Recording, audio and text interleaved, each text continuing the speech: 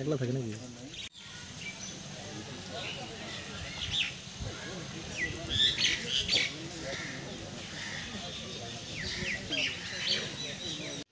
কখন না করে সারাদিন বেলে বেলে কাম করে এটা বোঝাতে এটা হচ্ছে স্যার পনেরো 12টা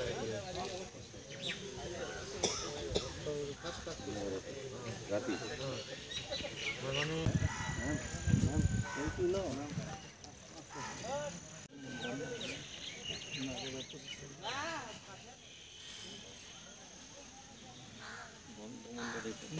বন্ধু আছে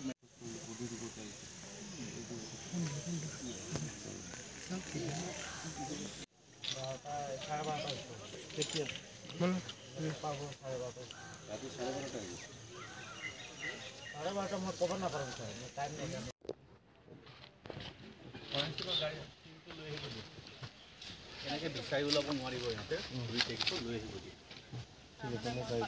থানাৰ পৰা কোনোবা এজন পঠাই দিয়ে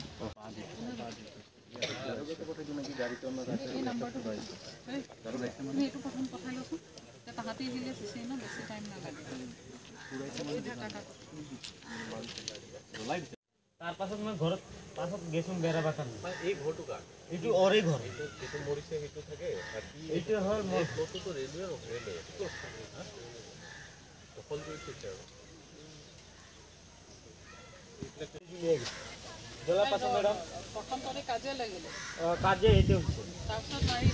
মাৰি পাছত মই বিচুম গুচি গৈছো তাৰপিছত নিজে যে এটা জুই এটা জুই আছিল ম্যাডাম এটা মই গাড়া এগো তোমাৰ কামে গাড়া জুই জ্বলা কথা জায়গা আছে স্যাৰ আজি আমি খবৰ পালোঁ যে ইয়াত এটা মাৰ্ডাৰ হৈছে বুলি তাৰপিছত আমি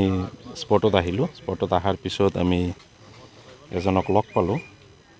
তাৰ নাম হৈছে ৰবি ৰাজগড় সি নিজে কনফেছ কৰি আছে যে তাৰ ডাঙৰ ভায়েকক মানে যোৱাকালি মাৰপিট হ'ল মাৰপিটত ডাঙৰ ভাইটো মৰিলে আৰু ই গাঁত খান্দি তাতে পুতি থৈ দিছে বুলি জনাইছে এতিয়া আমি ইনভেষ্টিগেশ্যন কৰি আছোঁ আৰু ইতিমধ্যে চাৰ্কল অফিচাৰ আহি পাইছে আমি এতিয়া গাঁত খান্দি ডেড বডি উঠোৱাৰ প্ৰচেছটো কৰিম তাৰপিছত আমি যি মানে এজ পাৰ ল যে একশ্যন ল'বলগীয়া হয় সি দিয়া ষ্টেটমেণ্ট মতে কিছু অংশ জ্বলিছে বুলি কৈছে আমি উঠালেহে গম পাম মানুহজন আমি পাইছোঁ ইতিমধ্যে আমাৰ কাষ্টডিত আছে ল'ৰাজনৰ লগত তাৰ কি সম্পৰ্ক আছে তাৰ ডাঙৰ ভাই যিজন মৰিছে ডাঙৰ ভাই আৰু এই সৰু ভাই